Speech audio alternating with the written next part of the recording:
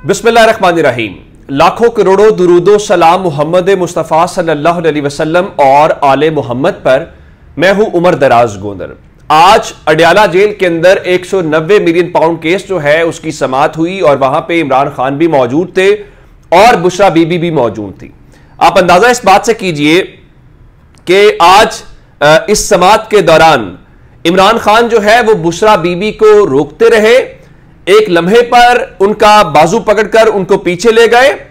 यानी ऐसा आज समाअत के दौरान क्या डिस्कस हुआ, किन खतरात किन खदशात का इजहार किया गया, यह बहुत ही दिलचस्प मामला है और खतरे की बात भी है।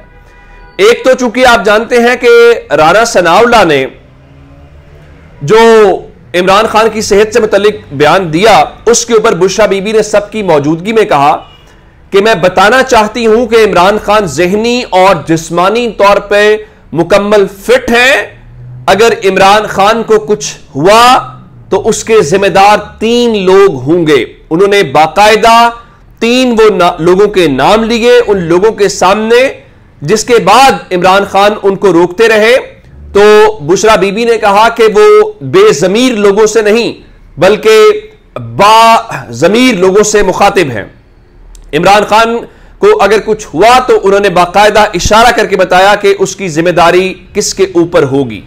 और इस हवाले से उन्होंने कहा कि देखिए, इमरान खान को कुछ हुआ तो अवाम इनको छोड़ेगी नहीं। फिर उन्होंने अपने मुतालिक बताया कि मैं जो शहद खाती हूं उसमें कुछ मिला दिया गया, मैं वो सारा शहद खा लिया।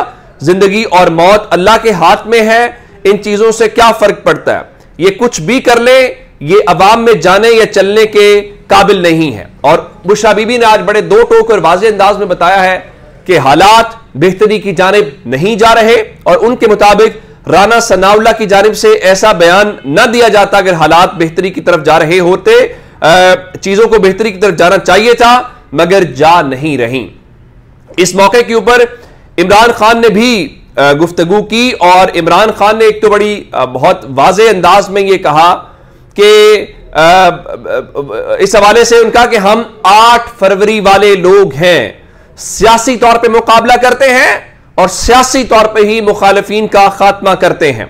इमरान खान ने कहा कि एक टीवी एंकर ने पहले ही बता दिया था कि मुझे 5 फरवरी तक सजाएं दी जाएंगी, फिर 5 दिन में मुझे 3 सजाएं सुनाई गईं और उसके बाद इमरान खान ने अपनी बड़ी ख्वाहिश का इजहार किया और यह कहा कि मैं तो चाहता था कि मेरे केसेस की समाअत बराह रास्त की जाए। यह भी इस मौके के ऊपर उन्होंने कहा कि मैंने उमर अयूब को कौमी असेंबली के अंदर अपोजिशन लीडर मुकर्रर कर दिया है, शेर अफजल मरवत को पब्लिक अकाउंट्स कमेटी का चेयरमैन नामजद किया है। और इमरान खान के मुताबिक जाहिर है हमने तो नामजद जो करना था वो कर दिया, अब इसके ऊपर जो नोटिफिकेशन है वो स्पीकर ने जारी करना है। फिर राना सनाउल्लाह के बयान पे इमरान खान ने क्या, बुशरा बीबी वाली तो मैंने आपको बात बता दी। तो इमरान खान ने उनके बयान के ऊपर एक वो बात की कि हम 8 फरवरी वाले हैं। फिर उनका मैं सिर्फ इतना ही कहना चाहूंगा कि जो माफियाज होते हैं वो ऐसे ही काम करते हैं। अच्छा, उसके बाद उन्होंने कहा कि देखिए 8 फरवरी जो इलेक्शन वाला दिन है उसके ऊपर जुडिशियल इंक्वायरी कराई जाए।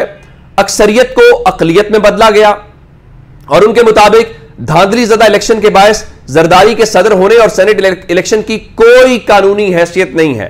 इलेक्शन कमीशन ने धांधली कराई, वो कैसे इंक्वायरी कर सकता है। और उन्होंने एक और भी आज ऑफर इमरान खान ने की, उनका आप मुझे जेल में रखना चाहते हैं, आप मुझे जेल में रखें, जरूर रखें, लेकिन जो बाकी लोग हैं आप उनको रिहा कर दें। अच्छा, अब इस हवाले से सारी बातें जो हैं जब उन्होंने ये की, फिर उनसे कुछ सियासी गुफ्तगू जब हुई तो उन्होंने कहा पंजाब में 40 जो एमपीएज हैं उनके फॉरवर्ड ब्लॉक से मुतल्लिक उन्हें इल्म नहीं है और उन्हें पंजाब के पार्लिमानी लीडर से मुलाकात की भी इजाजत नहीं दी जा रही। उनका मैं कोशिश करूंगा कि कल पार्लिमानी लीडर से मुलाकात मेरी पंजाब के हो जाए और मैं वहां पर मालूमात लेना चाहता हूं। फिर उन्होंने कहा कि नवाज शरीफ, मरियम नवाज, हसन हुसैन नवाज और जरदारी के केसेस को खत्म कर दिया गया है। नवाज शरीफ ने तोशाखाना से 6 लाख में मर्सिडीज गाड़ी ली, जरदारी ने 3 गाड़ियां ली जो कि कानूनी तौर पे नहीं ली जा सकती।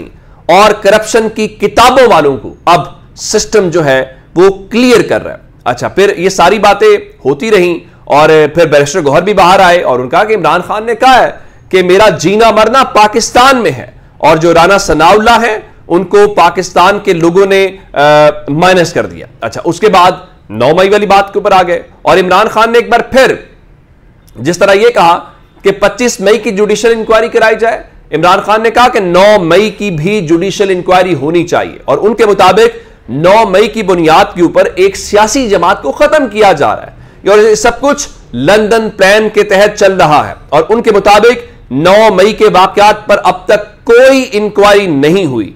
काजी फाइज ईसा हमारी 25 मई की पिटीशन को सुने, जुडिशियल कमीशन बनाया जाए, जिन्होंने सीसीटीवी फुटेजेस चोरी की वही 9 मई के जिम्मेदार हैं, और उनके मुताबिक जुर्म से जुड़ी किसी इंफॉर्मेशन को छुपाना भी जुर्म है। यानी इमरान खान ने सादा लफ्जों के अंदर अब यह कहा है कि 8 फरवरी की भी और 9 मई दोनों की अलग अलग जुडिशियल तहकीकात की जाए। अब साइफर वाला मामला बड़ा अहम है। इमरान खान ने कहा कि साइफर अगर गुम हुआ है तो वजीर आजम अपने ऑफिस का चौकीदार नहीं होता, वजीर आजम ऑफिस के अपने सिक्योरिटी प्रोटोकॉल्स होते हैं, और उनके मुताबिक साइफर से पाकिस्तान मुतासिर हुआ, क्यों इस पर इंक्वायरी नहीं हुई? हुकूमत गिराने के बेनिफिशरी हुकूमत ने बैठ गए तो इंक्वायरी कैसे होगी? और उनके मुताबिक कौमी सलामती कमेटी के इजलास में असद मजीद ने धमकी का बताया, डोनाल्ड लू अगर रिजीम चेंज को तस्लीम कर लेता तो बाइडन हुकूमत हिल जाती, और उनके मुताबिक डोनाल्ड लू के बयान के ऊपर दोबारा इंक्वायरी की जाए। फिर अमरीकी सफीर के मिलने से मुतालिक भी इमरान खान ने गुफ्तगू की है, और इमरान खान ने बताया कि अमरीकी सफीर उनसे मिलने अभी तक जेल नहीं आए, लेकिन उनका हाँ अगर मुलाकात होती है तो वो डोनाल्ड लू के बयान और पाकिस्तान में जो अमेरिका का सिफारत खाना किरदार अदा कर रहा है, मैं उसके ऊपर बात करूंगा। अच्छा, अब ये सारा मामला जो है उनके सामने आया, उसके बाद अब ये जो 190 मिलियन पाउंड वाला केस वाला मामला है, उसके अंदर अदालत ने 2 डेवलपमेंट्स हुई हैं कि एक तो इस्लामाबाद हाई कोर्ट में आप जानते हैं 190 मिलियन पाउंड केस में इमरान खान की जमानत की दरखास्त दी हुई है, तो अदालत ने 28 मार्च को वो मुकर्रर कर दी है। तो इसका मतलब है कि तोशाखाना और जो साइफर वाला मामला है वो ऑलरेडी अपीलें चल रही हैं, तोशाखाना की जमानत भी आ रही, 190 मिलियन पाउंड वाली जमानत भी आ रही है, और आज 190 मिलियन पाउंड का ट्रायल जो है उसकी समाअत भी हुई है। तो चीजें आगे चलती दिखाई दे रही है। उसकी वजह मैं आपको बता देता हूं, ये मार्च का महीना है और अप्रैल के महीने में कोई मार्च होता हुआ आपको दिखाई देगा। अप्रैल के महीने में चीजें उस तरह नहीं चलेंगी जिस तरह हुकूमत चलाने की कोशिश कर रही है। आज इस्लामाबाद हाई कोर्ट के दोनों जजेस ने साइफर केस की समाअत नहीं की। उसकी वजह यह है कि वकील सलमान सफदर जो हैं उनसे पूछा गया तो उन्होंने कहा देखिए मुझे 45 मिनट चाहिए समाअत के लिए। तो चीफ जस्टिस आमिर फारूक साहब ने कहा देखिए हम में से आज एक जज को सुप्रीम कोर्ट में बुलाया गया है, तो आज हम माजरत खा हैं, तो कल हम आपका अजाला कर देंगे। वो मुस्कुराते हुए बोले, जिसके बाद अदालत ने जो समाअत है वो बगैर किसी कार्रवाई के कल तक मुलतवी कर दी है। यानी आज किसी किस्म की कोई उसके ऊपर कार्रवाई नहीं हुई। अच्छा, पाकिस्तान तहरीक इंसाफ ने एक और अहम मामले के ऊपर जो फौजी अदालतों से जुड़ा हुआ मामला है उसमें कहा है, अब से थोड़ी देर पहले जो पाकिस्तान तहरीक इंसाफ की जानिब से एलामिया जारी हुआ है कि पाकिस्तान तहरीक इंसाफ का अदालत उज़्मा से फौजी अदालतों में जेर समाअत मुकदमात में नामजद अफसरात के लिए इंसाफ की फराहमी यकीनी बनाने का मुतालिबा। फौजी अदालतों के कयाम और मुल्क की सिविल आबादी के इन अदालतों में ट्रायल्स के आगाज के जरिए मुल्क में एक इंसानी अलमिया को जन्म दिया जा रहा है। दस्तूर हर शहरी को मुनसिफाना ट्रायल की जमानत देता है, चनाचे रियासत किसी भी शहरी को मुनसिफाना ट्रायल के हक से महरूम करने की कतन मजाज नहीं है। फौजी अदालतों में चलाए जाने वाले मुकदमात के असबाब मुकम्मल तौर पर सियासी हैं। अब आप जानते हैं कि उसके ऊपर अदालत ने जुमेरात को वो केस लगना है। अब देखते हैं कि फौजी अदालतों का मामला कहां पे पहुंचता है या उसका क्या एंड गोल होता है। आज एक और जो मामला, जिस तरह मैंने आपको शुरू में इमरान खान की गुफ्तगू बताई है, शेर अफजल मरवत ने भी गुफ्तगू बाहर आके की है और उन्होंने बताया यह है कि इमरान खान ये कह रहे हैं कि पेशावर में जो हसास तनसीबात के हवाले से जो कुछ भी हुआ है उसकी सीसीटीवी फुटेजेस अब तक सामने क्यों नहीं आ रही।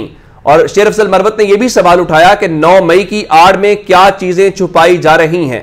अब उनके मुताबिक जो पहले भी वो बता चुके हैं कि खैबर पख्तूनख्वा की जो हुकूमत है वो पेशावर हाई कोर्ट से रुजू करेगी और पेशावर हाई कोर्ट से यह कहा जाएगा कि आप इस मामले की जुडिशियल इंक्वायरी खैबर पख्तूनख्वा की हद तक करें।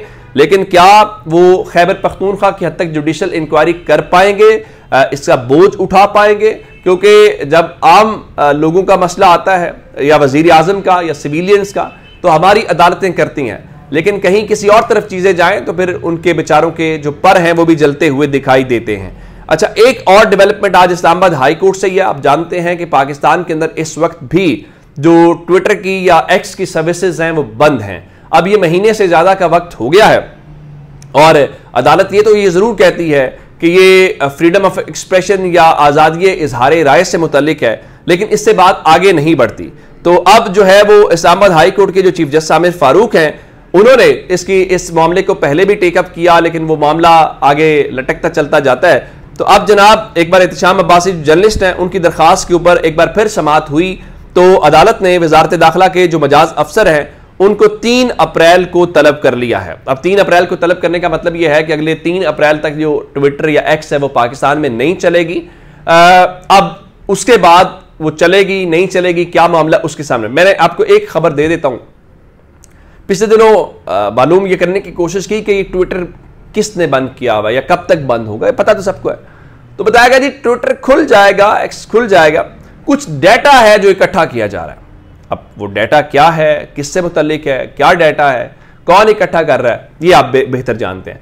अच्छा, अब अदालतों से मुतल्लिक जहां बाकी खबरें दी हैं, आपको एक खबर और देना चाहता हूं, ये और लाहौर हाई कोर्ट से। पहले मैंने आपको बताया था कि मोनिस इलाई PP 158 लाहौर से इलेक्शन लड़ने के अहल करार पाए हैं, जो लाहौर हाई कोर्ट का ट्राइब्यूनल था।